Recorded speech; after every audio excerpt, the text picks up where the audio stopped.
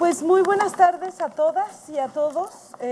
Muchas gracias por elegir pensar con nosotros este tema tan estructural pero tan urgente como siempre, ¿verdad? El tema de las migraciones, el desplazamiento forzado, el retorno, la deportación, la migración interna, bueno, todos los temas que hemos llamado o que se llaman movilidad y que implican movilidad humana, ¿verdad? La tarde de hoy vamos a tener, como dijo Maya, dos partes, una parte de una conversación más con compañeros que han trabajado en torno a museos y migraciones, y una segunda parte en donde todos vamos a imaginar en colectivo estrategias de respuesta. Mi nombre es Amarela Varela y yo no soy museógrafa, soy una consumidora compulsiva de museos, pero no soy ni curadora ni museógrafa, y de la estética pues sé muy poco, y por eso me siento profundamente honrada de estar en este encuentro, porque son otros lenguajes, son otros discursos, otros mecanismos, otra gente diferente, no conozco a nadie, lo cual me emociona profundamente. Y trabajo en la Universidad Autónoma de la Ciudad de México, que es la universidad más jovencita del gran monstruo que le decimos a la Ciudad de México, y trabajo con migraciones. Me pidieron, muchas gracias por invitarme, sinceramente he aprendido mucho toda esta mañana. Fue además de constructiva, lúdica, y me pidieron hacer una especie de encuadre más desde mi discurso. Yo soy parte de lo que se les conoce como la burocracia de las migraciones. La burocracia de las migraciones está conformada por gente que o gobiernan las migraciones, como los agentes migratorios, o digamos los agentes, los jueces de asilo, por ejemplo, pero también está conformada por organizaciones civiles que trabajan en torno a la migración. Organizaciones me refiero a multinacionales de la hospitalidad, ¿no? Como las agencias internacionales de asilo, refugio, o Cruz Roja Internacional, pero también la burocracia de la migración somos los académicos. Yo no sé si los artistas, no me voy a aventurar a decir eso porque ustedes son los expertos. Los académicos sí formamos parte de la burocracia de las migraciones porque cobramos nuestros salarios, publicamos nuestros libros, salimos en la televisión, en la radio, damos clases, asistimos a congresos, a ciudades donde se come muy rico, hablando de la vida de la gente que se mueve, por terror, por pobreza, porque se le da la gana, porque huye de diversas cosas, ¿no? Entonces, pues me pidieron que como parte de esa burocracia de expertos de la migración haga un encuadre de cómo se está discutiendo en el mundo académico, de los que nos llamamos migrantólogos, para que vean qué tanto somos, hasta un nombre específico tenemos, somos los estudiosos de la migración, cómo se están pensando la movilidad humana, ¿no? Y por eso, bueno, preparé esto, porque como ven, como ya se dieron cuenta, soy muy verborreica y tengo 10 minutos. Voy a hacer una presentación sobre la autorrepresentación radical de la migración. Esa sería mi apuesta, es mi deseo, mi fantasía, mi pulsión, y la vine aquí a tirar con los artistas y curadores a ver si somos capaces de imaginar en colectivo maneras en que los migrantes no sean tomados solo como, ahora voy a explicar, subjetividades que testimonian, sino también como decidores de verdad, como sociedades de discurso. Me parece muy importante comenzar diciendo que lo novedoso son las fronteras y no las migraciones, y voy a hacer aquí una pregunta: ¿quién de ustedes es migrante? Como no hubo en México siempre es así, porque en México 1 de cada 10 no llega a la cena de Navidad porque está en condición de ilegalizado por el gobierno norteamericano, está sin papeles del otro lado. Hay 20 millones de mexicanos del otro lado. Voy a hacer una pregunta: ¿quién, aunque no sea migrante, en su familia hay una historia de migración? Así, muy bien, gracias. Porque la migración nos constituye como seres humanos. Eso explica los diferentes colores de ojos, de piel, las diferentes lenguas que están aquí presentes. Y lo que es nuevo son las fronteras, más específicamente el régimen de muerte que llamamos Gobierno Global de las Migraciones, que tiene una cara concreta en Oceanía, que solamente recoge los cuerpos de los ahogados cuando están muertos, porque si no, por su derecho doméstico, tiene que reconocer a los vivos como solicitantes de refugio, ¿no? O en Europa, entre Europa y África, que hay el mayor cementerio, fosa clandestina, que es el Mediterráneo, en donde se han ahogado miles de niñas, niños, bebés, mujeres, buscando el refugio en Europa, o el régimen de muerte de Trump, o las condiciones que ahora están atravesando los venezolanos. Eso es lo que nosotros llamamos gobierno global de las migraciones, y eso es lo nuevo. En ese gobierno global de las migraciones están vigentes 3 narrativas para, digamos, para que los pueblos no se organicen contra ese gobierno global de las migraciones, contra tener niños en jaulas a temperaturas de -0 con los impuestos de los norteamericanos, ¿verdad?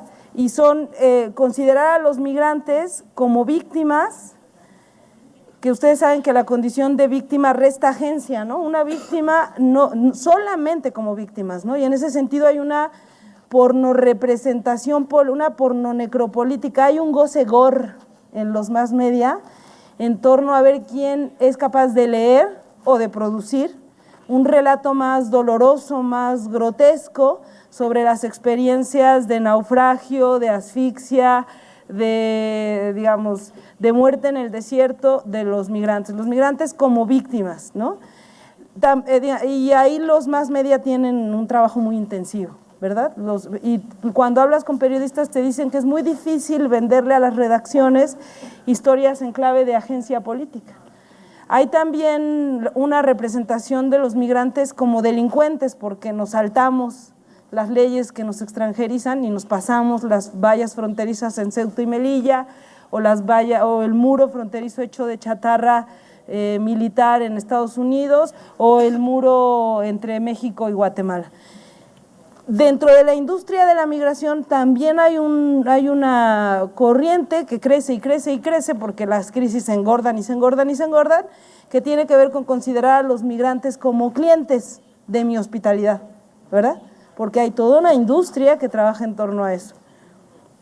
Y digamos, todo eso conformado es lo que llamamos el dolor de la migración como espectáculo. Y contrario a eso, algunas estudiosas de la migración, algunos estudiosos, pero sobre todo los migrantes, la verdad, creo que es importante decir que yo trabajo acompañando luchas de migrantes, trabajo acompañando organizaciones sociales de migrantes y genealogizando las luchas de quien pelea por el derecho a tener derechos. Y desde ahí agarro las migraciones, desde las luchas, ¿no? Y en ese sentido, para mí, lo que los migrantes me han enseñado es que ellos son agentes, son actores que buscan con su fuga preservar la vida. Son sujetos que ejercen una pulsión de vida al moverse y que hacen como diría Verónica Gago, una economista feminista argentina, hacen un cálculo vitalístico. A veces tiene más sentido atravesar un país frontera, como le llaman a México, una frontera vertical, y sufrir secuestros, violaciones, extorsiones, que quedarte en San Pedro Sula a trabajar en Walmart por $60 a la semana, al mes, por $40 al mes por 60 horas semanales de trabajo. Entonces, en nuestra perspectiva, los migrantes sí son víctimas de una suma de redes criminales, entre las que, digamos, también toman parte agentes migratorios y todo el gobierno global de fronteras, pero además de víctimas, delincuentes tampoco son clientes, son agentes, y hay que reconocer la agencia política de los migrantes, porque están buscando la vida. En ese sentido no me voy a detener mucho más, porque digamos, lo que me parece muy importante son las experiencias concretas de trabajo en torno a la representación de los pueblos en movimiento. Diré que hay muchas formas de migración, y muchas veces en una misma vida, en una misma subjetividad, se sobreponen muchas, ¿no? Les voy a decir que hay un concepto que hemos acuñado que es la trinidad perversa de las que se fugan las centroamericanas. ¿Qué es la trinidad perversa? Se fugan de la impunidad que se produce cuando van a denunciar la violación de su patrón, la violación sexual de su patrón, y el caso no prospera, no llega ni siquiera a configurarse como un caso judicial. pero también se fugan de Walmart, digamos, de la miserabilidad, del neoliberalismo académico made in América Central. Y se fugan también a veces del marido golpeador, o se fugan de las maras, o se fugan de todo eso junto, pero cuando preguntan a la mujer en la frontera que por qué se fue desde Honduras hasta Estados Unidos, dice, bueno, me vine porque hay una guerra de maras, ¿no? O porque no hay abasto.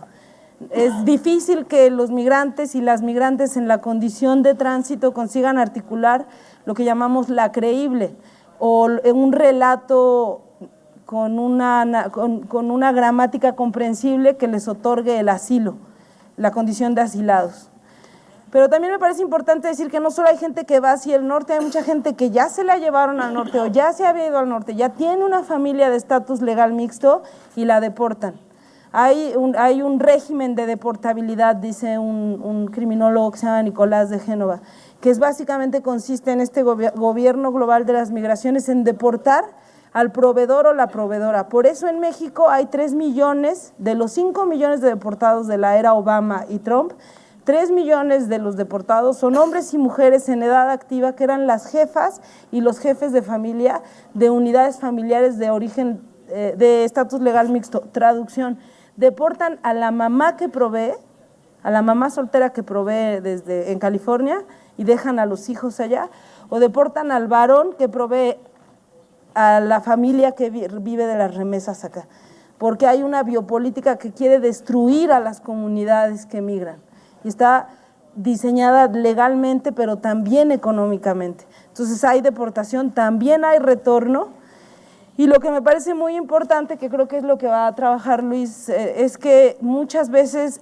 ahí donde hay migrantes que comenzaron siendo migrantes económicos, por la condición del tránsito, la perpetuación de la transitoriedad, porque se quedan atrapados en el camino, se vuelven demandantes de asilo, o a veces peor. Ahí donde hay gente que abandona su lugar por motivos creíbles para demandar el asilo, la biopolítica lo convierte en migrante económico, porque lo devuelve desde Estados Unidos a las paradisíacas ciudades de la franja fronteriza mexicana, donde hoy han deportado a 55,000 personas para que esperen su juicio de asilo, ¿sí?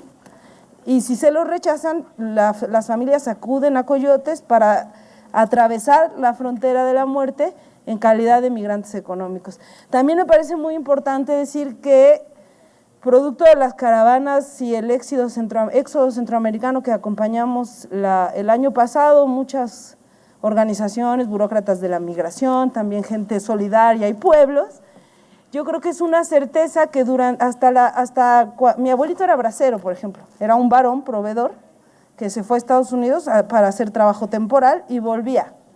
Después de la migración, digamos, laboral y masculina, vino lo que en los estudios de la migración se llama feminización de las migraciones. Por eso en esta sala, que somos tantas mujeres, muchas de ustedes levantaron la mano, porque a partir de la década de los 80 dejamos de depender de la reagrupación familiar y empezamos a migrar por nosotras mismas, porque éramos los jefes o las jefas de familia, éramos, digamos, las proveedoras de las familias, son las que se van, a eso se le llama feminización de las migraciones, y se sustenta en que en los stocks migratorios, que es un tecnicismo, se demuestra que 1 de cada 2 personas de cada diáspora en el exilio, de salvadoreños, de nicaragüenses, de mexicanos en Estados Unidos, de magrebíes en España, de pakistaníes en Inglaterra, son mujeres, somos mujeres.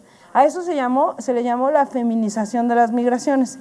Hoy estamos ante la familiarización de las migraciones. Ya no migran solo la madre de familia proveedora o el padre, migra la madre con los niños, porque los niños son objeto de cosecha del crimen organizado o habitar un cuerpo juvenil es un delito en algunas realidades latinoamericanas. Y entonces estamos ante el desafío, y ese para mí sería un elemento de cómo representar la familiarización de los flujos migratorios, la familiarización, el que migren núcleos familiares.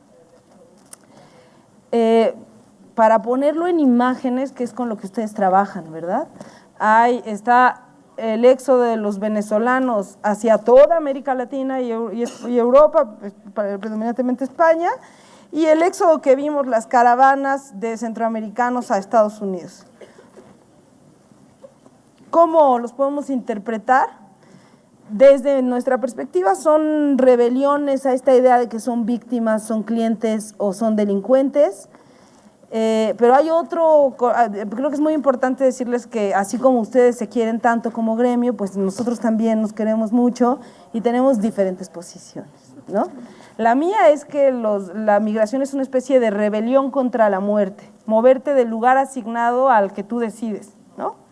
Pero hay otra gente que dice que las caravanas o los éxodos responden a manipulaciones geopolíticas para denunciar al régimen venezolano o para mover las piezas de la geopolítica estadounidense, ¿no? Y hay una tercera voz que es la que más gana quórum, porque es muy fácil traducirla a imaginario colectivo, que es que las migraciones son crisis humanitarias.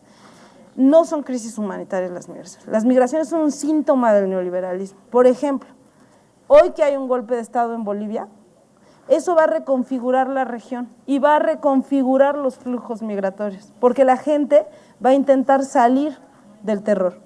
Entonces, creo que es muy importante partir de la certeza. Yo les diré que ojalá lo pensaran como rebeliones, pero si ustedes quieren pensarlo también como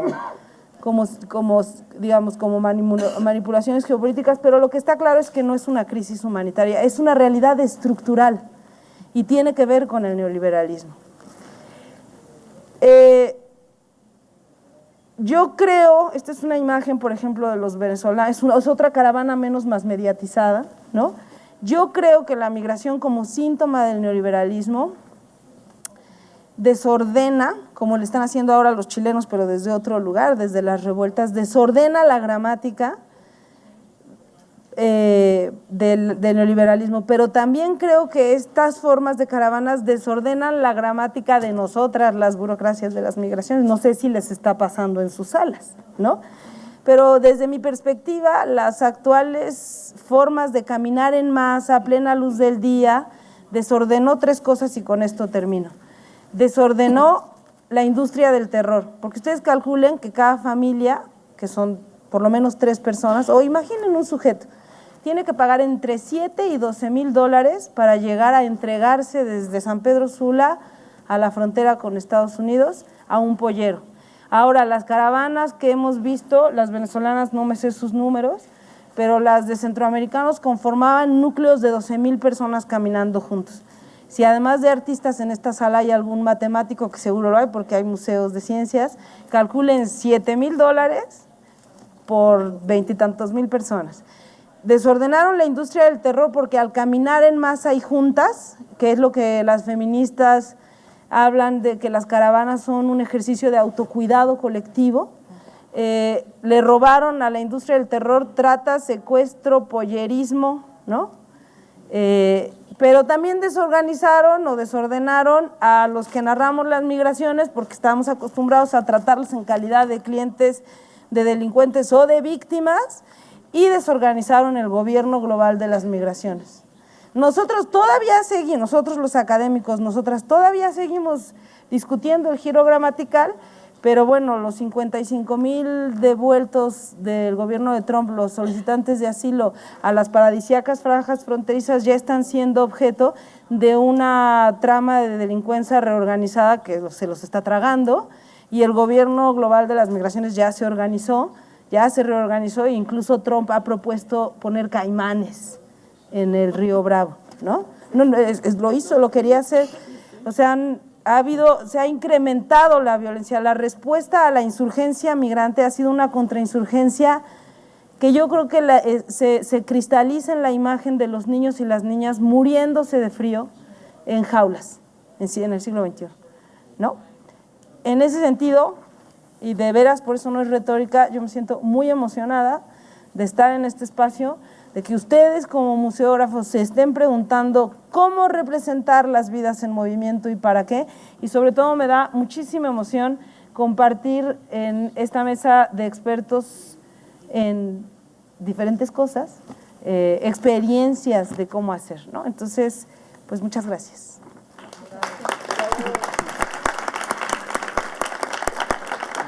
Seguimos con, si me regalan la pantalla, o sea, pueden quitar, con Armando. La inicial, por favor. No, esa es tuya. Ok. ¿Quién? ¿Sigues? Yo no tengo presentación. ¿Quién? ¿No? Yo voy. Bueno, ¿sí? Me regala, gracias. Seguimos con Armando Perla del Museo de la Migración y la Democracia en Suecia. Sí. Yo tampoco sé cómo pronunciar el nombre, porque también soy migrante, entonces no sé cómo se dice. Sí, bueno, mi nombre es Armando y creo que muchos de los puntos que hablas son muy importantes de discutirlos, y creo que no solamente el cuestionarnos de la representación de las historias de migrantes en los museos, sino que también cuestionarnos cómo podemos hacerlo, pero de una manera responsable, porque muchos museos ya lo están haciendo, ¿no? Ya están presentando estas historias. Entonces, ¿cómo lo podemos hacer de manera responsable? Y creo que quiero empezar para posicionalizarme y explicar por qué hago el tipo de trabajo que hago y cómo también llegué al mundo de los museos, ¿no? Yo nací y crecí en El Salvador, soy un migrante, yo fui demandante de asilo, me tuve que ir del país huyendo debido a mi orientación sexual. Centroamérica, ya lo has hablado, está lleno de violencia sistematizada y todo esto, entonces llegué a Canadá y en Canadá pedí asilo, hice una demanda de asilo y fui reconocido luego como refugiado. Bueno, no voy a hacer la historia porque tampoco es el punto contar mi historia de migrante, pero el hecho es que la experiencia vivida me llevó a también escoger mi carrera, que es la carrera de Derecho.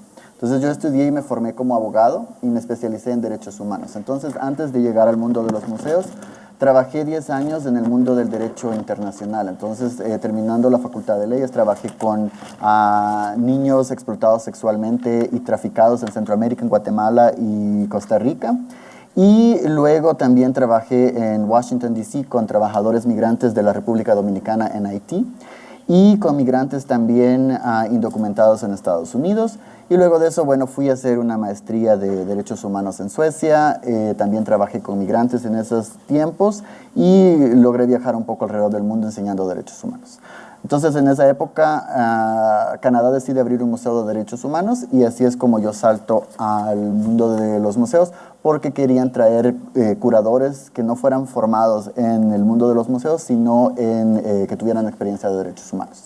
Entonces yo empecé a trabajar en el Museo Canadiense de Derechos Humanos, fui parte del equipo fundador del museo y trabajé, entre otros, no solamente, pero trabajé muchas de las historias de migración, de demandantes de asilo, de refugiados, trabajadores migrantes, y pasé 10 años trabajando en este museo. Entonces, en esos 10 años, la práctica que yo traía de derechos humanos la traje al mundo de los museos y empecé a utilizar este tipo de metodologías y empecé a enfrentar muchísimas dificultades también dentro del museo, de cómo tratar de representar estas historias de migración de una manera que no fuera, de nuevo, con la pornografía del sufrimiento, que no fuera a revictimizar a los migrantes, que no fuera a retraumatizarlos, que no fuera a presentarlos solamente como víctimas, como una parte de la historia.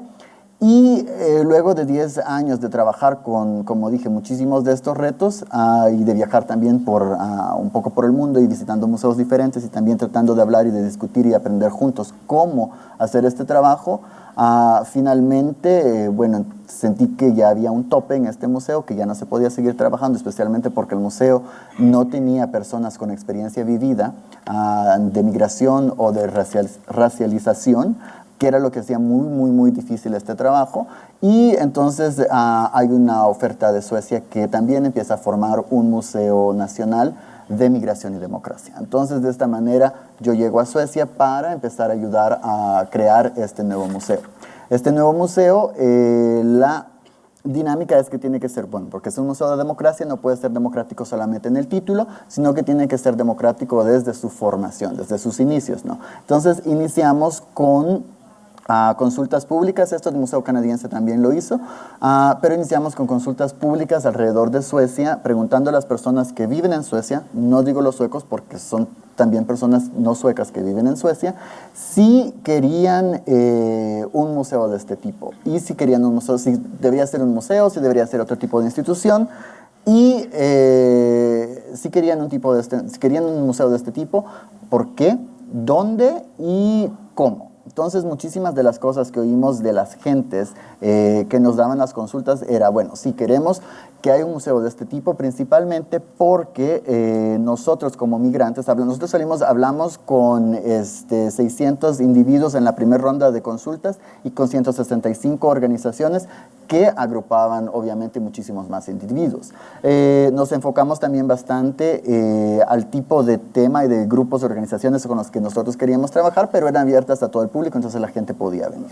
Mucho de lo que oímos fue, como dije, bueno, principalmente la gente nos decía, nada sobre nosotros sin nosotros. Era algo que nos repetían constantemente. Nos decían también, bueno, si va a ser un museo democrático, tiene que ser democrático de verdad desde adentro. Queremos que sea colaborativo, que sea en co-creación. Nosotros queremos también tener autoridad de cómo estas decisiones se van a tomar y realmente ser incluidos y ampliar estas definiciones de migración sueca y de democracia sueca. Porque hay muchas historias no contadas que eran las que estas personas querían que se contaran en este museo, ¿no? Y querían ellos tomar las riendas de cómo se iban a contar estas historias. Entonces, de esta manera, también empezamos a hablar de lo que era la historia oral como una manera de coleccionar, ¿no? Y los museos, y lo vimos ahora en la mañana, sí estamos obsesionados con coleccionar, y eso es algo también que nosotros tenemos que aprender, porque también la gente nos decía, no tenemos que coleccionar todo el tiempo, o sea, a veces se puede crear capacidad fuera del museo para que las comunidades puedan coleccionar ellos mismos lo que necesitan y crear también sus propios archivos, ¿no? Entonces, esto es, digamos, de la manera en que empezamos a crear este museo. Dije, la historia oral, hicimos otra ronda de consultas públicas, presentamos la metodología, también fue muy aceptada, pero con la historia oral vienen, como cuando tomamos historias personales, historias orales, vienen muchos retos éticos, ¿no? Y entonces ahí es cuando empezamos a pensar cómo vamos a presentar y cómo vamos a empezar a trabajar, pero de una manera responsable, más si vamos a enfocarnos no solamente a historias de migrantes, pero también a historias de grupos históricamente marginalizados, que va mucho más allá también de comunidades migrantes. Entonces empezamos a pensar y hacemos un estudio inicial donde empezamos a ver cómo Suecia está trabajando el tema de la ética. Los profesionales de museos están trabajando el tema de la ética cuando coleccionan historias personales y de migrantes, ¿no? Y de grupos históricamente marginalizados, y cómo la academia también lo hace. Entonces la academia obviamente tiene unos reglamentos, pero en Suecia están bastante atrasados, entonces realmente el enfoque todavía es muy clínico a lo que es la ética en las universidades, y en los museos no existen lineamientos éticos para profesionales de museos que trabajamos con historias, con el coleccionar historias, ¿no? Entonces, esto no es solamente Suecia, sino que esto es alrededor del mundo. Estos lineamientos éticos no existen. El código de ética del ICOM no habla de las historias orales o de recoger testimonios. Entonces, también nos acercamos al ICOM Suecia, nos acercamos al ICOM Secretariado en París. También hemos estado colaborando porque también ellos reconocen la necesidad de estos lineamientos éticos. En el estudio que hicimos también a través de Suecia con museos y con la Asociación Sueca de Museos, con la Swedish Heritage Board, que es el Consejo Sueco de Patrimonio, diferentes organizaciones que trabajaban también con museos, fue lo mismo, era un consenso que toda la gente nos decía, sí, nosotros trabajamos desde lo que nosotros pensamos que es lo mejor, de manera ad hoc, ¿no? Nada realmente codificado, por decirlo así, o sistematizado, y necesitamos ayuda. Entonces nos gustaría que hubiera una institución que tomase el liderazgo, y empezamos a hablar luego también con Noruega, con diferentes países, y empezamos a pensar, o sea, ¿cómo vamos a hacer estos lineamientos éticos? Entonces llegamos a la conclusión que necesitamos todo el trabajo que se hace en el museo, lo hacemos desde el nivel, desde nuestro vecindario. El museo no ha estado construido todavía, estamos en plena construcción. Tenemos un espacio temporal que está ubicado en un vecindario multiétnico de migrantes, que lo ocupamos para probar todas las ideas que estamos tratando en este momento, para crear esa relación de confianza también, porque para trabajar con comunidades necesitamos trabajar la relación de confianza desde antes. La manera en la que nosotros trabajamos, de la que yo he trabajado, ha sido de crear estas relaciones, luego La exposición puede ser uno de estos resultados y luego de la exposición continuar las relaciones. Yo tengo relaciones con trabajadores migrantes que las he tenido por 10 años, con mujeres indígenas en Guatemala también que las he tenido, que regreso cada año. Yo todos los años estoy regresando, sigo trabajando con las comunidades con las que he establecido relaciones para poder luchando por estas causas, ¿no? Entonces, de esta manera empezamos a pensar este espacio en Suecia, este espacio donde podamos hacer este trabajo y que luego esto nos lleve a la construcción del museo juntos. No que seamos nosotros quienes decidimos, sino que juntos podemos construir esto y en todos los procesos tener estas voces. Entonces también he ocupado mucho lo que es el enfoque de derechos humanos, el Human Rights Based Approach, que nos dice justamente que el enfoque de derechos humanos trata de remediar las desigualdades históricas y la distribución inigual del poder en las instituciones. O sea, ¿qué instituciones más inegalitarias que los museos? Los migrantes no tenemos representación en los niveles de liderazgo donde se toman las decisiones, ¿no? Entonces, este enfoque también lo aplicamos a la práctica de museo que tenemos. También aplicamos, obviamente, la teoría crítica de la raza, feminismo, teoría crítica queer. Entonces, todo esto lo venimos a juntar para crear lo que vamos a hacer, ¿no? Entonces, como dije, después de este estudio que nos dice que se necesitan lineamientos éticos, empezamos a pensar, bueno, vamos a traer en los niveles que trabajamos, como dije, trabajamos vecindario, trabajamos ciudad de Malmö, donde estamos ubicados, trabajamos país, Suecia, y trabajamos internacional. Y todo lo que hacemos, lo hacemos también desde en los grupos, que es todo lo hacemos en una manera de alianzas, partnerships, que son comunidad, academia y museo. Entonces, cualquier actividad que nosotros hacemos siempre va a llevar estos tres niveles y también las ubicaciones geográficas, ¿no? Entonces empezamos a pensar, bueno, vamos a hacer, para iniciar esto, bueno, el estudio, y ahora vamos a hacer los lineamientos éticos, pero como no somos nosotros quienes vamos a decidir, sino que la gente con la que trabajamos son expertos de sus propias vidas y de cómo se presentan sus historias, vamos a hacerlo en conjunto también. Entonces, justamente la semana pasada terminamos el trabajo de más o menos un año de crear, de estar planeando este taller donde trajimos personas de nuestro barrio, de la ciudad, de Suecia también, y de todos los continentes del mundo, de personas que están trabajando en estas áreas, que están trabajando, cuestionando también el trabajo que hacemos en museos, en la representación de migrantes y de grupos históricamente marginalizados. Y nos dividimos en diferentes mesas, 6 mesas en las cuales tenía designados cada mesa una área del trabajo práctico de museos y ver qué lineamientos. Entonces escribimos cada mes, pasamos 3 días juntos. Luis estaba allá, Américo estaba allá, algunos de los que están acá presentes estuvieron allá también. Y cada mesa tenía que escribir un principio y 2 lineamientos éticos. Entonces todo esto ahora. Tenemos este primer draft, este primer borrador. Y de acá vamos a, bueno, estamos trabajando con un grupo de trabajo que vamos a continuar a trabajar sobre estos lineamientos éticos, sobre este borrador, para cuando tengamos ya un borrador con un idioma, con un lenguaje que está más o menos homogenizado, que podamos empezar también a distribuirlo, todas las 35 personas que vinieron, que empiecen a distribuirlo también en sus redes para tener más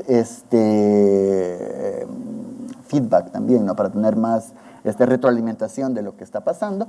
Y cuando ya tengamos esto, vamos a continuar, queremos hacer también una publicación, por lo menos un capítulo de cada mesa, un artículo que nos explique también cómo cada mesa llegó a la conclusión de este principio y de estos lineamientos éticos. Y luego que tengamos la publicación, también queremos, bueno, de nuevo invitar a todos los que vinieron, pero también hacer una conferencia internacional donde vamos a presentar estos lineamientos éticos y el trabajo que se ha realizado, ¿no? También parte de esto, porque los lineamientos éticos no pueden ser estáticos, queremos que continúen. Yo ocupo siempre la metáfora de un árbol viviente, que estos lineamientos éticos tienen que también crecer y adaptarse a las necesidades de la sociedad y de nosotros como museos y nuestras comunidades también, ¿no? Entonces, para poder realizar esto, queremos también crear capacitaciones. Queremos crear capacitación que pueda traer estos lineamientos éticos a diferentes lugares. Obviamente, primero empezando con Suecia, pero también abrirlo a diferentes países, diferentes tipos de museos, ¿no? Porque siempre queremos estas perspectivas internacionales.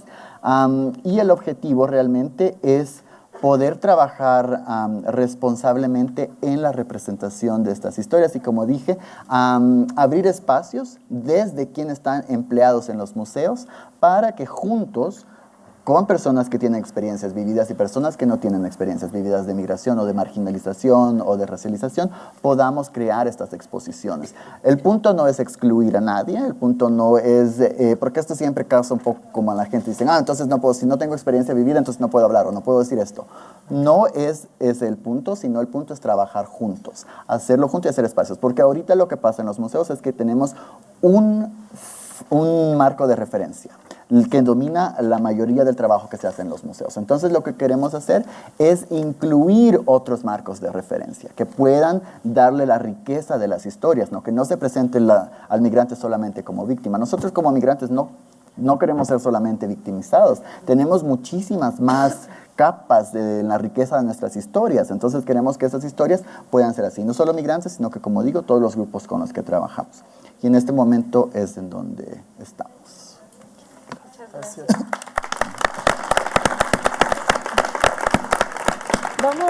Vamos a escuchar ahora a Carlos Tortolero, que es del Museo Nacional de Arte Mexicano.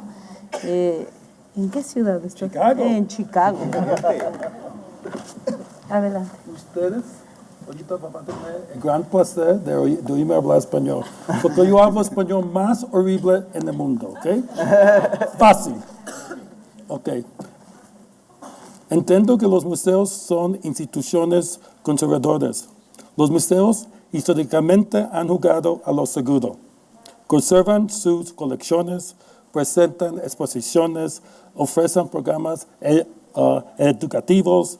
Todo eso se hace con demasiada frecuencia, sin ninguna consideración o conciencia de lo que está sucediendo en sus sociedades. Los museos deben ser parte de sus comunidades y no estar separados de sus comunidades. Be a part of the community, not be apart from the community.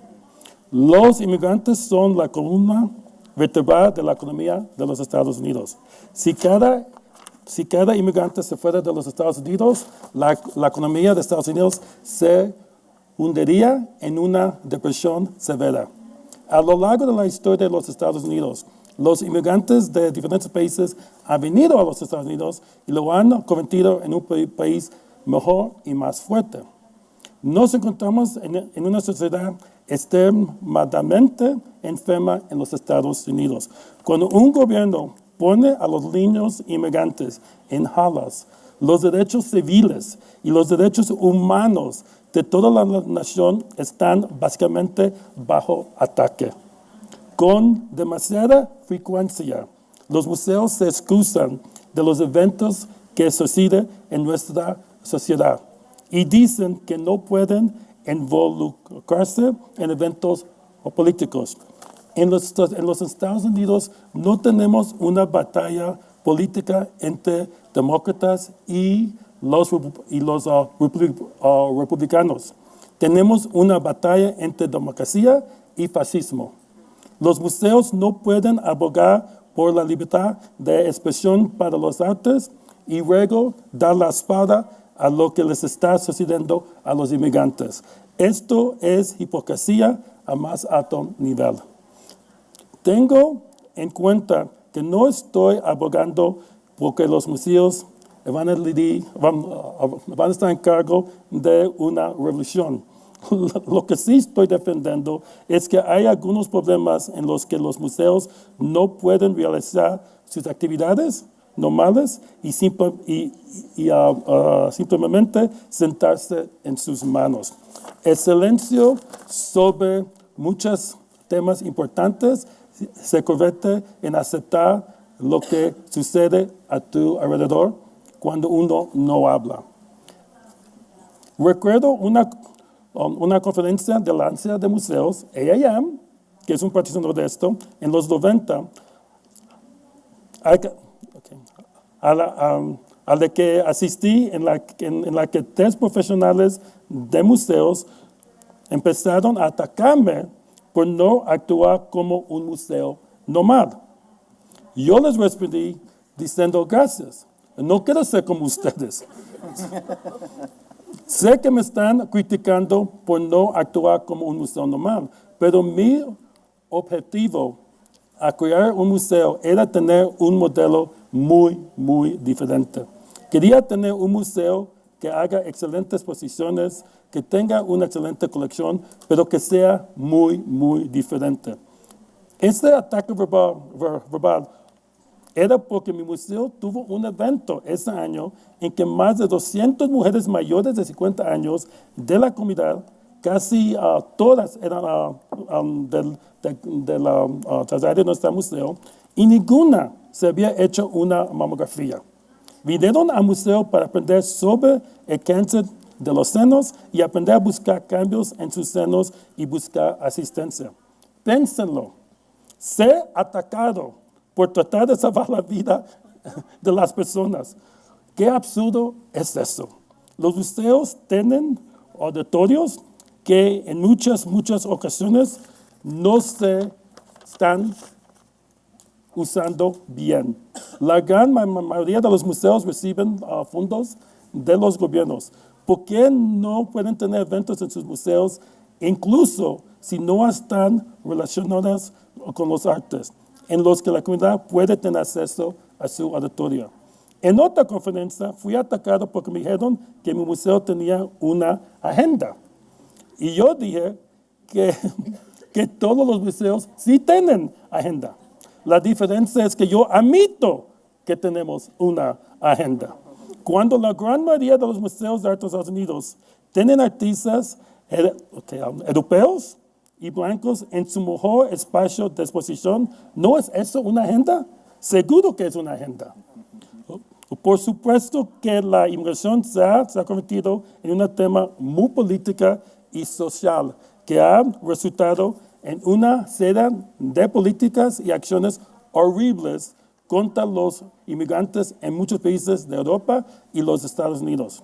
La migración es algo que ha estado con la humanidad desde nuestros antepasados emigraron de África.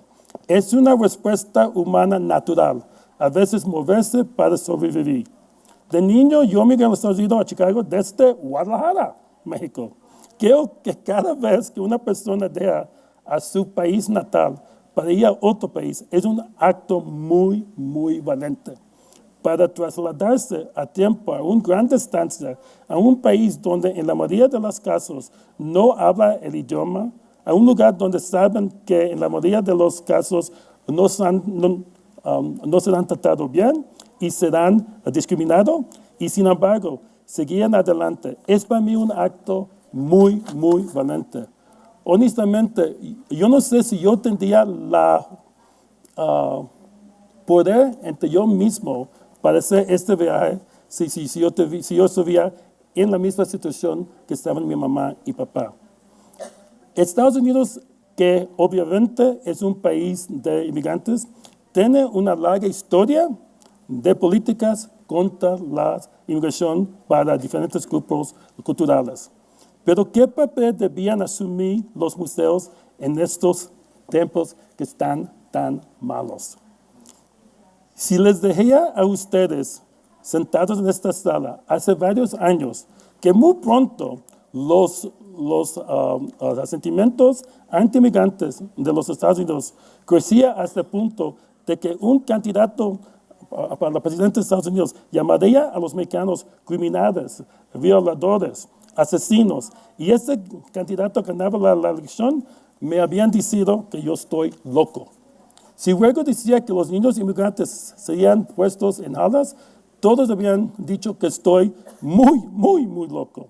Sin embargo, estamos en este punto en los Estados Unidos. Es tontería decir que cuando alguien está contra los inmigrantes es porque nomás tienen preocupación con la economía. Debemos de ser muy francos.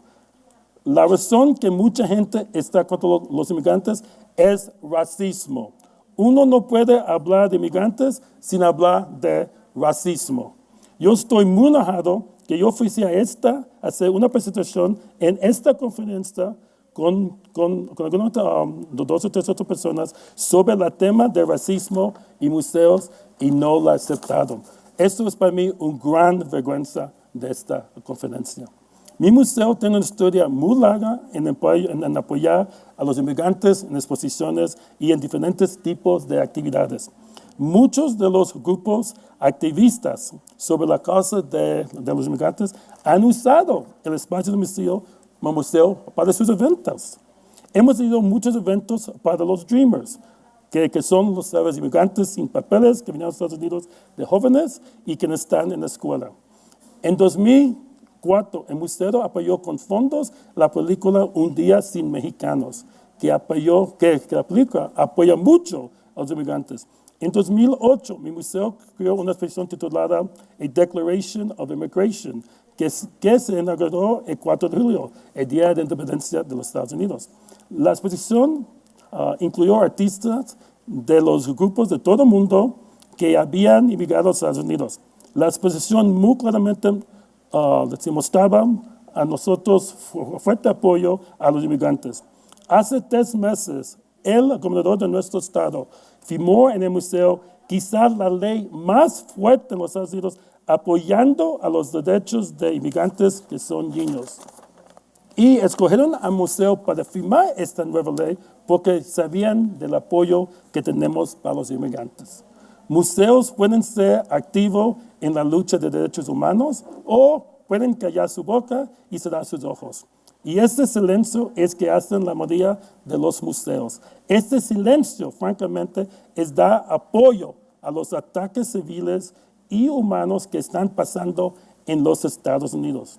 No puedo acabar esta presentación sin preguntar a los líderes de los museos en México. Yo soy mexicano. ¿Qué están haciendo cuando el gobierno de México está abusando a los derechos humanos de los centroamericanos que tratan de venir a México? Es feo, feo, feo. Yo amo el idea del museo. Es fantástico. Pero yo pienso que museos deben de ser más importantes en la sociedad en donde existen. Gracias.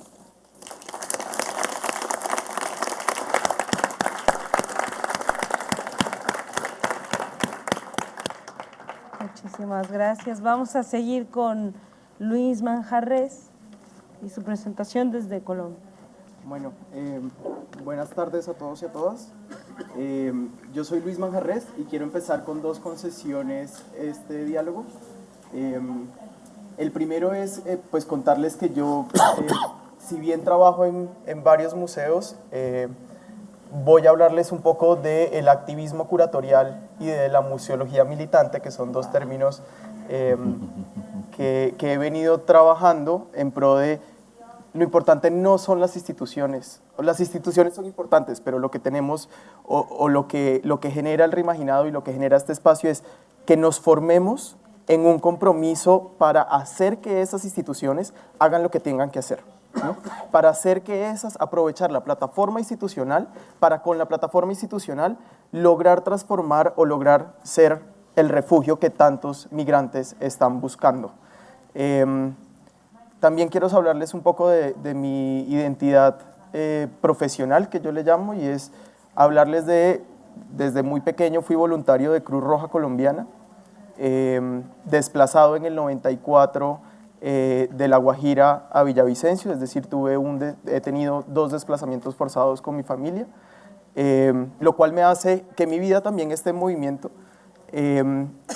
De ahí empecé a trabajar en temas de comunicación, en comunicación para el cambio social, y siempre porque cuando entré a estudiar comunicación, justamente lo que yo estaba buscando es, quiero poder ayudar, y encontré en la cultura una plataforma para poder hacerlo, y encontré en los museos el mejor medio de comunicación para poder hacerlo.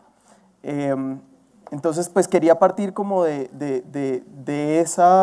ese recorrido profesional de ser un comunicador social, que además se ha encargado o he intentado trabajar mucho con el cuidado, ¿sí? Como quién cuida, cómo cuidamos, cómo damos resguardo, cómo creamos espacios para ser y estar en colectivo. Porque aquí el tema y el problema, y ya lo vamos a ampliar, aquí el tema es la concepción de otredad. Aquí el tema es, los latinoamericanos nos han educado en la desconfianza. Desconfiamos de absolutamente todo y eso nos ha evitado poder organizarnos y trabajar colectivamente. Y una de las cosas más complicadas que genera este fenómeno migratorio es que incluir las narrativas de los migrantes en los museos es desestabilizar el relato nacional. ¿Por qué? Porque si uno empieza a desestabilizar, si uno empieza a decir, somos los mismos, entonces, ¿qué sentido tiene una frontera? Cúcuta, o sea, he trabajado, pues, Cúcuta, muchas veces cuando uno habla de frontera, habla del lugar que separa, y realmente la frontera es el lugar del encuentro. ¿Sí? La frontera cucuteña con Venezuela es la frontera más viva de todo el territorio. O sea, realmente las personas viven y estudian pasando un río. Y toda esa dinámica se fracciona. Entonces, yo tengo una propuesta de una presentación en la que pues, quisiera que reflexionemos sobre los museos como refugio, sobre los museos como lugar de acogida, sobre los museos como un lugar de resguardo, pero acogida y de resguardo de las memorias, pero también de las personas. Cuando nosotros empezamos con este proyecto, esta foto que estamos viendo, es uno de los proyectos en los que trabajo que se llama Voces para Transformar a Colombia, ya se los voy a mostrar a profundidad, que es del Museo de Memoria de Colombia. Y aquí, cuando nosotros empezamos a hacer la consulta y el trabajo y el proceso con las personas decían, hagan lo que hagan, pónganlo a prueba. Pero además de ponerlo a prueba, hagan lo que hagan, háganme sentir bien en ese espacio. Déjenme habitar el espacio. Yo quiero recuperar algo del calor que perdí. Y estoy hablando de calor físico, de calor de hogar, de calor de... Y también quiero pues, traer también que aquí cada cifra y cada cosa y cada historia realmente es una persona que hay que dignificar, ¿sí? Y es una persona que, como bien lo decía Carlos, es una persona que ha sido valiente, sí, que es valiente, que merece sus narrativas estar en los relatos de nación, que merece sus narrativas ser reconocidas, valoradas, dignificadas. Entonces, pues también ustedes se preguntarán qué hace un colombiano hablando de migraciones. Y yo creo que aquí me faltó el crisis migratoria colombiana por el neoliberalismo o nombrarlo de una otra forma, pero a mí el tema de hablar de crisis migratoria me parece interesante porque el caso venezolano es un caso que está en una coyuntura muy importante, pero por ejemplo el caso de la crisis migratoria colombiana, ¿cuántos colombianos no ven en sus países, en Chile, en México? Y es porque estamos literalmente huyendo para poder sobrevivir. Estamos evitando que nos maten en un país donde tenemos un conflicto armado que cada vez está peor o es mayor. Las cifras después de la firma de posacuerdo, estamos hablando de 800 líderes asesinados. Y las cifras del conflicto armado interno son enormes. Estamos hablando de 8 millones de personas. Detrás de cada historia de esas 8 millones estoy hablando de víctimas directas, pero ¿cuántas víctimas indirectas hay por esa afectación de esas 8? Somos un país totalmente destrozado, en movimiento, y que tenemos 4,7 millones de colombianos en el exterior, que eso es el 10% de la población. En este momento, por ejemplo, para que se hagan una idea, Venezuela tiene el 5% de sus personas en el exterior. Nosotros tenemos el 10% en el exterior. Y eso no ha sido documentado. Y ha sido invisible. Y eso es una práctica, es una práctica de este sistema que tú nos comentas, de invisibilizar eso. ¿Por qué? Porque una cosa, hay algo que hay que entender y es, se hace visible cuando cruzan la frontera, pero ¿qué pasa con toda la gente que se mueve? Y todas las personas que están en exilio, digamos, las personas que se mueven internamente en el país tienen un respaldo legal que les da el carácter de desplazado interno y tienen algunas ayudas. Apenas cruzan la frontera, ya no son víctimas y ya no hay cómo atenderlas. Y tienen un carácter, y esa es otra cosa que es muy difícil cuando uno trabaja estos temas, y es el tema de las cifras es algo muy difícil. ¿Sí? Sacar una cifra, usualmente uno siempre tiene, ¿por qué? Porque les da miedo. No los cuentan porque contarlo significa que tienen que hacerse cargo. Y también metodológicamente, ¿cómo los cuento? Pero ese subregistro y esas cifras son toda una estrategia de este sistema. Les quería pues, contar, aquí hay 5 proyectos, un poco de lo que he estado hablando últimamente es, no importa dónde estemos, ¿sí? Los proyectos que vamos a ver es un museo queer comunitario que lo hacemos voluntariamente con unos amigos, que es el Museo Q. Tenemos un proyecto nacional que es el Museo Nacional de la Memoria de Colombia, que es un proyecto que actualmente está en grandes complicaciones, estamos siendo censurados y estamos en una dificultad política del proyecto muy difícil, por eso es que yo digo, no es la institución, sino es lo que yo pueda hacer en ese espacio que me abre la institución. Y si tengo que ir rodando de institución a institución y acaparar el espacio que tengo para poder ayudar, lo voy a seguir haciendo. ¿Por qué? Porque hay un compromiso, hay una militancia, ¿sí? Y hay un compromiso y una militancia que está transformada por mi historia de vida, por ser desplazado, pero una militancia porque considero que las cosas que están pasando y los que estamos viviendo es tremendamente injusto y nos estamos movilizando muy poco. Entonces, ¿cómo estos museos se convierten o uno los puede transformar en plataformas de amplificación para poder cambiar la sociedad receptora? Porque el problema no es el migrante, el problema es una sociedad totalmente desconfiada, educada en la desconfianza, que no acepta la otredad. Y aquí el problema no es de xenofobia, aquí el problema es de aporafobia. Y no necesitamos buscar el migrante, también tenemos que hablar de la desigualdad que tenemos en nuestros países y de cómo estamos sobreviviendo en esto. Entonces, hay otro proyecto que es un proyecto que organizamos, es la Casa de la Memoria y los Derechos Humanos de las Mujeres, que queda en Barrancabermeja. Es el primer museo pues, que tengamos documentados, al menos de Colombia, que tiene enfoque específico de mujeres. Es una organización feminista de 1960, popular, que arrancaron cocinando y compartiéndose juntas la comida y ahora tienen un museo para acoger sus historias y para acogerse ellas mismas. Ya les voy a mostrar cómo funciona. Voy a hablar también de un proyecto que está desde un centro de ciencia que es Maloca y desde la comisión, que es un centro de ciencia que está en Bogotá, un centro interactivo, y lo que estamos haciendo con la Comisión de la Verdad en Colombia para hacer estas narrativas. Entonces, más allá de decir, vengo de un museo y hago esto, les quiero es contar como las metodologías y las metodologías que aplico y que lo hago con muchas otras personas que me acompañan en estos equipos diferentes, es utilizar el enfoque psicosocial y la comunicación para el cambio social. Porque las exposiciones no son lo importante, o la inauguración no es lo importante es el proceso.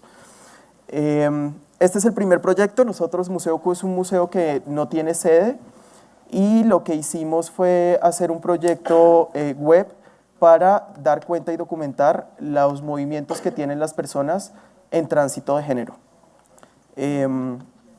Las personas en tránsito de género en Colombia las asesinan por su tránsito, son altamente estigmatizadas, vuelvo al tema de otredad, y lo que nosotros hicimos en Museo Q es hacer perfiles en la cual generamos una relación y una confianza con cada una de las mujeres.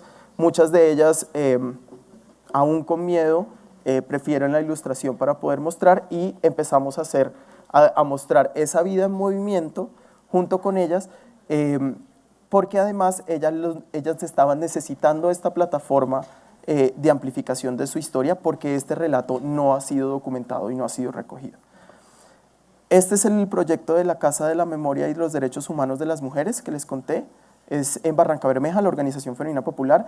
Ahí diseñamos una museografía colaborativa y ellas fueron curadoras junto conmigo. Y fue muy importante tomar una decisión como necesito una museografía que se mueva. Necesito una museografía que yo pueda quitar y habitar el espacio, porque necesito el espacio para bailar, necesito el espacio para dormir, necesito el espacio para hacer. Ese tipo de cosas, o sea, no solamente hablar de incluir y de representar, sino de atender, ¿sí? Este proyecto fue un proyecto que hicimos en Maloca. Teníamos un reto. Maloca es un centro interactivo especializado en diseño de experiencias y estábamos en pleno proceso de la paz. Estábamos en pleno acuerdo y queríamos trabajar en una experiencia en donde la gente empezara a sentirse empática con las víctimas de desplazamiento interno. Y la experiencia inicia cuando te reciben en una casa, la familia Castellanos, que es una familia de Cundinamarca, con la cual trabajamos toda la experiencia y animamos su casa, grabamos las voces, para que los niños, porque este tema también es muy difícil para trabajar con niños, pero es para que los niños estuvieran inmersos dentro de el momento exacto en donde les piden desalojar la casa. Entonces, el recorrido del túnel tiene 3 momentos, un momento donde el actor armado desaloja a la familia y uno empieza a transitar ya a encontrarse con empieza uno a caminar en el túnel, a encontrarse con distintas voces y distintos rostros y relatos para poder llegar a un lugar de encuentro y de construcción junto. Y por último tenemos esta exposición, que es una exposición que trabajamos con la Comisión de la Verdad en Colombia. La Comisión de la Verdad es un organismo que se construye después del proceso de paz. Tiene 3 años para hacer la investigación, pero ya empezaron a pensarse museográficamente y museológicamente cómo construir estas narrativas. Entonces yo les quería mostrar rápidamente los proyectos y por último está Voces para Transformar, que es el proyecto del Museo de la Memoria. Una de las fotos que puse específicamente aquí, por ejemplo, es la de las mujeres de Comuna 13, que ellas están ahí contando. Es muy interesante porque ellas necesitaban reivindicar el desplazamiento interno que tuvieron intraurbano. Entonces, los movimientos no solamente se dan de una ciudad a otra, no solamente se dan de una frontera, a ellas les quitaron y les despojaron su casa de una comuna a la otra. Y el Estado colombiano salió demandado por no protegerles sus derechos, porque eso se dio en el marco, en Comuna 13, en el marco de una operación militar del Estado. Cada una de estas historias que trabajamos con cada una de las víctimas, lo primero que hacemos es preguntarles por qué quieres participar en esta exposición, ¿para qué es importante? Y a unísono, usualmente siempre dicen, ¿por qué no? Porque mi memoria tiene que estar al servicio para que esto no vuelva a pasar. ¿Por qué? ¿Para qué te sirve a ti hacer esto? Entonces, por ejemplo, la Papuchina, que es la mujer trans desplazada, que está aquí me decía, no tengo trabajo y necesito decir que no solamente soy prostituta, necesito decir que yo puedo hacer otras cosas. Y todo el perfil lo diseñamos para dignificar la capacidad de esa mujer trabajadora.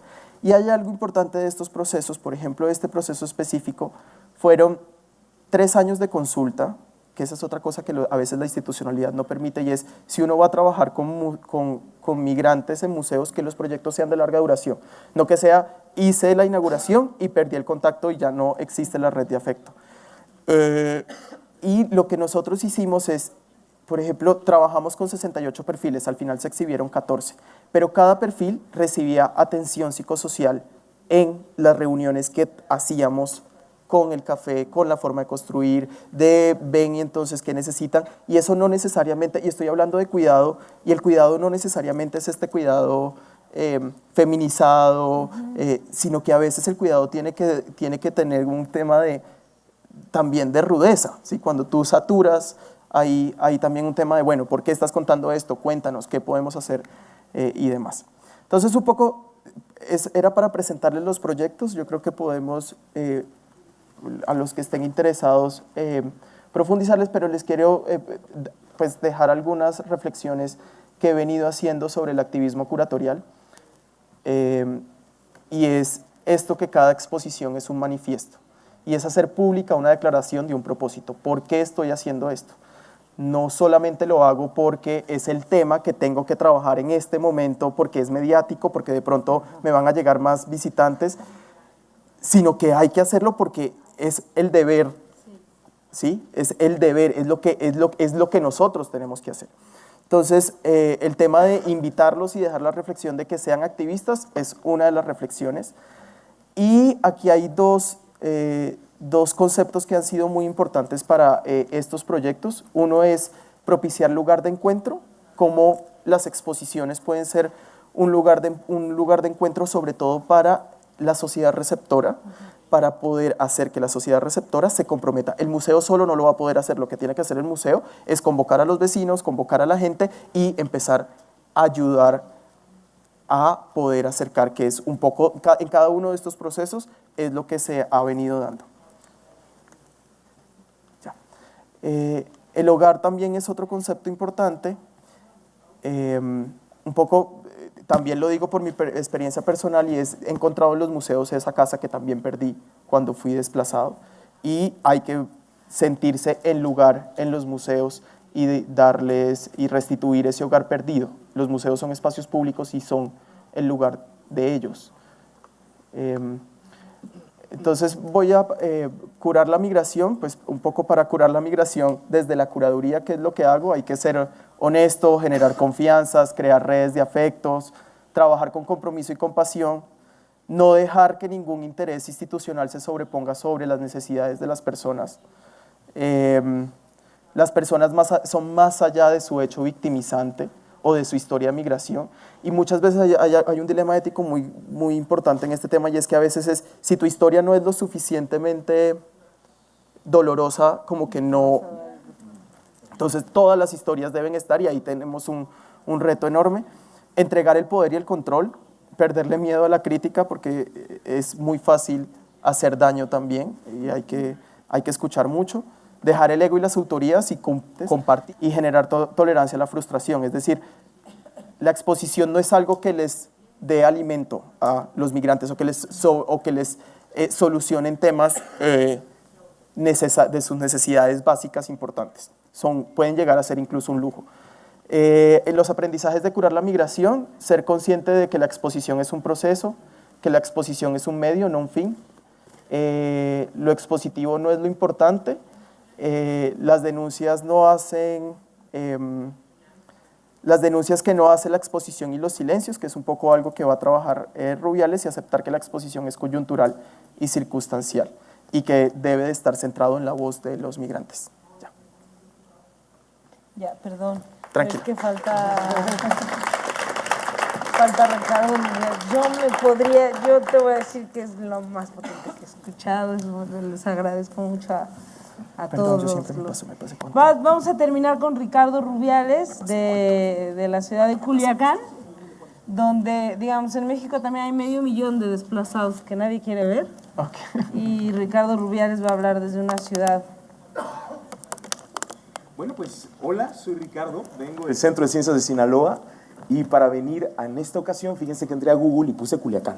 Y yo quería ver como qué fotografías salían y me salieron, bueno, las que ustedes ya se imaginarán, ¿no? Me salió el Chapo. El Chapito. Me salió el Chapito, me salió la arrolladora Banda Limón, Bueno. me salieron los edificios, me salió pues toda esta historia de lo que pasó hace algunas semanas, exactamente casi un mes, el famoso Jueves Negro, que la ciudad ha estado muy dolida por los procesos, y me salió, pues claro, la Capilla de Malverde, y me salió el Jardín Botánico, y me salió este proceso de agricultura. Es una ciudad muy compleja, que tiene uno de los primeros centros de ciencia del país. Nació en el 92 con Papalote y con Universum, es de los primeros que nacieron, enorme, y era uno de los modelos de los 90s de museos que teníamos en México, que nos marcaron esta línea de cómo se hacía la museología de las ciencias en aquella época y que hasta el día de hoy todavía nos marca.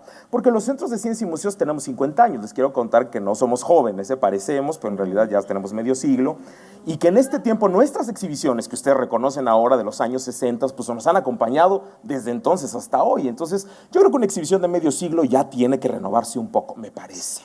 Y una de las primeras cosas que teníamos que pensar era, bueno, cómo renovarnos a partir de una sociedad que tenía una cultura material específica, un constructo de tecnologías distintos.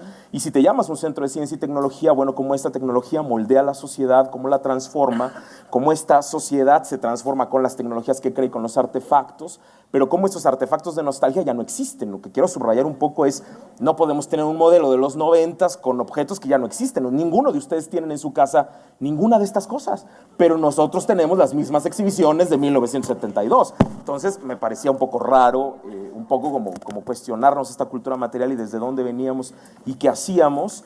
Y la primera propuesta curatorial, la verdad es que fue poner en la mesa que teníamos que preguntarnos bien desde dónde veníamos y qué significaba tenernos. Entonces, es decir, observando todos estos cambios sociales, preguntarnos qué es tener un museo de ciencias si lo quiero hacer nuevo y qué cosas tengo que pensar si quiero renovar un museo de ciencias y desde dónde tengo que empezar. Y un poco ahí la reflexión que yo tendría, que pusimos en la mesa para comenzar el diseño, y les cuento un poco el caso del que estamos trabajando, es que sí quisimos reflexionar también sobre la crítica museística, porque somos un museo.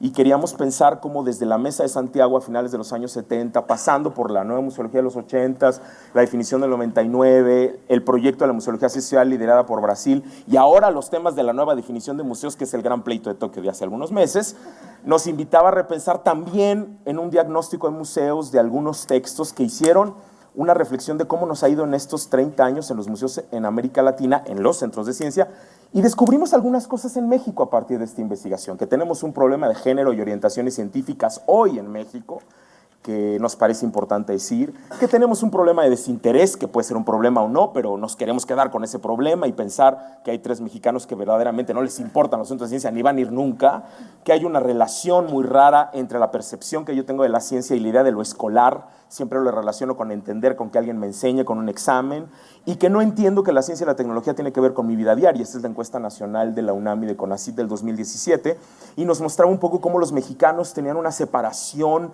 muy fuerte entre este modelo de museo y la realidad, porque nos habíamos convertido en museos para escuelas, para niños de primaria, pero no para hablar con las personas, y descubrimos también que somos la 4ª fuente de información de ciencia y tecnología para los mexicanos, por supuesto después del cine, ¿no? Entonces nos peleamos con Marvel y las películas de los superhéroes para ver quién dice la verdad sobre lo que es ciencia y tecnología. Pero entonces empezamos al revés, y a diferencia de como lo hicieron en los 90s, la verdad es que yo les quiero contar que queríamos empezar no por los contenidos, no por matemáticas, no por química, sino por los públicos. Así que detuvimos la curaduría y nos fuimos a hacer un estudio muy largo que nos tomó meses, de más o menos casi 1,500 personas, un poquito más, donde nos sentamos a hacer entrevistas, nos sentamos a platicar con la gente culichi, y descubrimos que a la gente le interesaba hablar de temas que en los museos de ciencia son tabú, ¿saben? Hablar de ética de la ciencia, hablar de arte y ciencia, que en muchos casos sí, pero en muchos casos es casi terrible, de hablar de ciencia y género, hablar más de futuro que de dinosaurios, hablar más de los problemas éticos que vienen y de otras cosas. Y mientras arreglábamos el edificio, nos dedicábamos a dialogar con ellos, y descubrimos que en Latinoamérica solo 3 de cada 10 instituciones de ciencia atienden personas con discapacidad, y dijimos, tenemos que hacer un proyecto para que trabaje con discapacidades, y nos hemos aliado con todas las personas en el estado que trabajan con eso. Descubrimos que 7 de cada 10 niños en Sinaloa llegan a primero de primaria con un gran déficit de desarrollo neuronal y psicomotriz, y este es un estudio de la Secretaría de Educación de Sinaloa, imagínense los números reales, y dijimos, tenemos que trabajar con educación inicial. Y nos sentamos con la gente de desarrollo sustentable y nos contaron que había 2,000 familias de migrantes repatriados en Sinaloa solo en 2018, que había otras 2,000 del año anterior y que no sabían exactamente cuántos en 2019. Y como siempre, como decía Luis, los números no existen, pero ellos dicen que se ha multiplicado el número de centroamericanos que se quedan en Sinaloa. Y eso nos movió muchísimo y decidimos marcar estos horizontes de 3 públicos, que a lo mejor nunca son el público escolar en el que pensamos en los 90s, pero para nosotros tenían que ser la plataforma de este museo. Y trabajamos en 3 cosas, con ellos, dialogando y platicando con diferentes instituciones y organizaciones, pero específicamente déjenme hablar un poquito del tema de los migrantes y estos que encontramos ahí, porque encontramos 3 grupos distintos.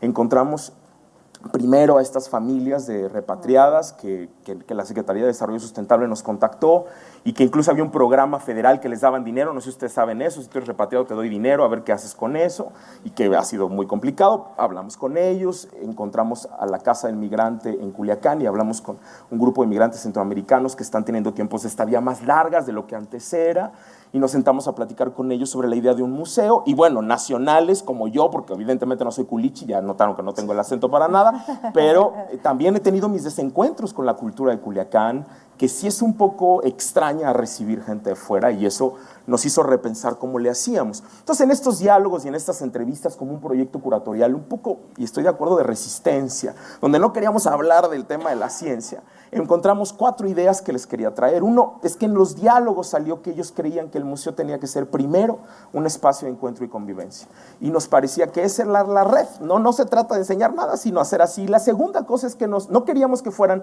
visitantes, queríamos que fuera su casa. Así que ellos tienen una invitación abierta, gratuita, para llegar cuando quieran a estas comunidades, y tenemos el primer jueves de cada mes para reunirnos a los que quieran llegar y platicar y hacer espacios de diálogo, mesas de conversación, algunas conferencias, encontrarnos, comer, vernos en la noche, y que sea su casa. Y déjenme subrayar un poco esto. Sí era muy importante para nosotros el entender un espacio cálido para recibirlos, un espacio gratuito donde pudieran llegar con los niños y estar una noche y tomarse café y platicar. Y no esta idea del museo que te enseña cosas todo el tiempo. Y fíjense que la inspiración viene del meteorito. Tenemos el meteorito más largo del mundo, y aunque ustedes no lo crean, también es migrante porque viene de lugares muy lejanos y aquí no es su casa. Y nos inspiró que si podíamos crear una casa para el meteorito, pues podíamos hacer una casa también para todo el mundo. Y teníamos como este espíritu de la verdad es que el corazón del museo tiene que ser una casa para recibir a los que vienen de afuera, tal vez de muy lejos. Y eso nos formó en 5 ideas pedagógicas que construimos a partir de la curaduría, unas inspiradas de proyectos como Reggio Emilia, la pedagogía de la escucha, y otras un poco desde la teoría crítica que nos implicaba en criticar la institución del Museo de Ciencias, que tiene 50 años, y ponerla en la mesa y decir, bueno, a lo mejor hay cosas que hemos hecho bien, sin duda, pero tal vez tendríamos que hacerlo. Y primero le cambiamos el nombre al museo, no se llama Museo de Ciencias, se llama Materia, así como lo oyen, con este nombre raro que puede servir para todo y que nos sirve como una masa de barro para hacerlo en todos tipos. Y pensamos, lo primero que tenemos que hacer es ser un espacio hospitalario, donde te sientas a gusto, donde te puedas sentir bienvenido, donde te sonreímos, donde no hay un señor en la entrada que te cheque el boleto, esto es importante, tú entras. Pensamos que en lugar de tener millones de textos, vamos a darle prioridad al lenguaje visual y al lenguaje braille. Todo está en braille, todo el tiempo, y esta disrupción nos hacía como movernos hacia otros idiomas. Queríamos ser un espacio de encuentro pensando en la diversidad y creer que todos nuestros programas educativos tenían que buscar que siempre nos encontráramos, crear espacios donde invitáramos a estas comunidades a venir con nosotros todo el tiempo y a crear muros para participación que ustedes ya conocen, muchos espacios para sentarte, muchos espacios para tomar café, muchos espacios para dialogar. Y pensamos en la idea del museo también como un espacio donde las fronteras se podían recorrer. Entonces, ya en la curaduría, hablando de qué podríamos traer, pensamos, oigan, ¿por qué no traemos una cosa que realmente sea disruptiva, como Tío Jansen, y que sea una cosa que no sepamos qué es, ingeniería o arte? Y que la gente se quede con esas dudas y que los científicos se mueran de un colapso nervioso y que nos parece bien para provocar estas cosas y que nos hace ser divergentes, que nos permita hablar de muchas voces, desde muchos lugares y desde muchos estadios, como muchas preguntas. ¿Saben? Nuestro lema es un lugar donde no queremos dar respuestas, sino crearte muchas preguntas. Y contarles que nuestra posición curatorial era esa, tener un espacio para hacer muchas preguntas, pero no dar las respuestas y no creer que las tenemos, y mucho en la idea del performance, del juego, del que te encuentres, pero y que no sea una clase ni nada parecido a eso. Y ahí, déjenme contarles que hay un tema que es importante con respecto al museo, que era, los migrantes con los que platicamos nos subrayaron mucho la idea de que fuéramos un espacio que hablara de todos los lados del mundo, y que eso les hacía sentir como más a gusto. Entonces nos dedicamos a buscar gente amiga, y como dice nuestro director, la idea es crear muchos amigos, y empezamos a crear muchos amigos y les dijimos, oye, ¿qué vamos a hacer en un centro de ciencias? Vuélvete nuestro amigo de alguna manera. Y algunos se volvieron muy animosos y estamos muy agradecidos, por eso muchos de ellos están aquí. Nos volvimos muy críticos con la institución Museo de Ciencias. Una de las cosas más importantes es que criticamos muchísimo el modelo escolar. Éramos un museo para escuelas y no queremos ser un museo para escuelas, queremos ser un museo para todos, pero fundamentalmente para los grupos que les conté. Y una de las cosas del modelo escolar que queremos criticar muchísimo es la estructura de poder que el museo tiene, porque manejamos unas terribles estructuras de poder, y en la versión más light, digamos, de estas estructuras de poder tan extrañas, pues sin duda está, desde mi área de trabajo, la visita guiada. Y la idea de un experto que le enseña a gente tonta que no sabe nada, y ustedes ya saben. Y entonces, bueno, automáticamente fue lo primero a lo que le puse una bomba, y hablamos de pedagogías empáticas en el sentido de que aquí no hay nadie, como dice Freire, que lo ignore todo ni que lo sepa todo, ¿no? y que en esa discusión de quién es el que sabe y quién no, porque aquí el que sabe no tiene ningún poder, sino el que no sabe también puede ser totalmente empoderado, formamos un equipo de mediación que más que enseñar acompaña y que lo hemos entendido como un laboratorio que les quiero contar, una comunidad de aprendizaje muy diversa, donde tengo incluidas, por supuesto, personas con distintas discapacidades, tengo también incluidas personas migrantes de estas conversaciones, tengo jóvenes de otros lugares que los invitamos a ser parte y que la idea es que esta comunidad de aprendizaje se acerquen a las exhibiciones y a los temas como si fueran visitantes, pero ellos, entre ellos mismos, aprendan cómo construir juntos espacios de diálogo y de aprendizaje intergeneracional y entre ellos. Y hemos descubierto que la diferencia puede ser una acción educativa muy potente. El que seamos distintos, hablemos de manera diferente, lo veamos desde otros lugares, nos ha cambiado. Y que hablar de inclusión, fíjese que nos ha cambiado la manera de hablar y la manera de entendernos y de escucharnos. Y creo que ese potente ejercicio del lenguaje lo podemos llevar afuera. Y lo último es lo colaborativo. Han aprendido a trabajar juntos, sin nadie que les enseñe, han aprendido a escucharse, a encontrar estrategias. Y hemos encontrado que el museo va a ser un espacio donde solamente haces cosas físicas, en el 80% de las experiencias, y que la idea es que sea muy de tocar y de estar y de permanecer. Y otra cosa que les quiero contar que pasó es que nos dijeron que fuera efímero, porque nuestras vidas son muy efímeras y nuestro mover es muy efímero y nuestra estadía del museo es efímera, así que no tenemos exposiciones permanentes, todo se mueve todo el tiempo. Y ahí, en esa discusión de lo heterogéneo y lo distinto, nos acercamos a la UNAM y firmamos un convenio con la gente de la complejidad para hacerlo más pesado y más complicado y más con muchas voces. Y nos alineamos, como decía la cumbre de los centros de ciencia del 17, a los objetivos. Y les voy a contar por qué los objetivos, porque hablamos de desigualdad, porque hablamos de hambre cero, porque hablamos de unos temas bien potentes que tenemos que hablar en ese sentido ético del museo, no solo científico, sino dónde estamos abordando eso. Y ya no tenemos, y no podríamos tener una sala de matemáticas, una de química, imagínense qué desastre, ¿no? Teníamos que ser transdisciplinarios y que las cosas hablaran mucho desde el punto de vista social y desde la ciudad. Y entonces eso fue, el museo de pronto tuvo plantas que son máquinas, híbridos muy raros y gente que nos aportó cosas y que nos permitía hacer como muchas preguntas y querían hablar del Fab Lab y cómo el Fab Lab apoyaba para hacer prótesis. Y entonces hicimos una línea de cómo se podían hacer ese tipo de cosas y la gente de Parque Explora, que es maravillosa, nos envió una exposición muy bonita sobre el cambio climático y el niño y la niña, y el Museo de Japón nos envió cosas de contenido para poder presentar lo que estaba pasando en el mundo. Y fíjense cómo esta idea de amistad y de red a nivel curatorial nos formó como lo queremos hacer con los públicos. Y el museo está en construcción. Ahora justo estoy con ustedes, pero inauguramos en 5 semanas y vamos a tener un mes con ellos para que vayan al museo. Yo regreso y abrimos una preapertura para estar con ellos y ver cómo hacemos las cosas y qué sucede. Y ellos me decían, Ricardo, pon un espacio donde podamos ver otras cosas que no estamos acostumbrados a ver. El museo propone cosas que no estamos acostumbrados a ver, pero algo más, algo que nos haya ver más allá de lo que conocemos. Y encontramos a unos austríacos que hacen este proyecto y la verdad es que nos interesó muchísimo porque nos proponían ver cosas que justo les emocionaron muchísimo y ver otros modelos y otras maneras de entender el mundo y dónde estábamos. Y es un espacio chiquito de 70 personas donde nos reunimos y estamos en esta cosa inmersiva de la proyección, pero nos paramos y jugamos, nos ponemos los lentes, nos los volvemos a quitar y nos parecía muy potente este idea de lo comunitario y lo pequeño y no lo masivo de las miles de personas y que además no te tuvieras que sentar en una butaca, sino que tuvieras que sentarte en el piso y pararte y estorbar al otro y quitarlo de enfrente y poder jugar con él y en este sentido como de comunicación. Y bueno, espero que podamos ir pronto y que podamos convivir, jugar, bailar y platicar. Muchas gracias. Muchas gracias.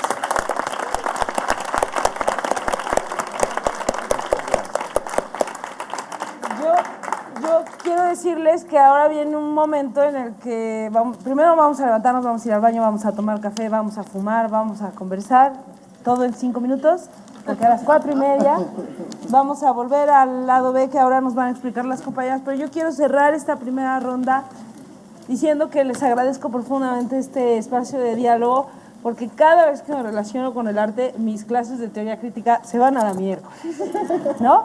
Walter Benjamin decía que después de Auschwitz ya no hay lugar para la poesía, ¿no? Para mí siempre que hablo con literatos, con artistas, con estetas, creo que se equivocó, que le atinó en todo, pero que yo creo que también gracias a la migración hay lugar para la poesía. Y les agradezco muchísimo estas exposiciones que fueron profundamente nutritivas e inspiradoras.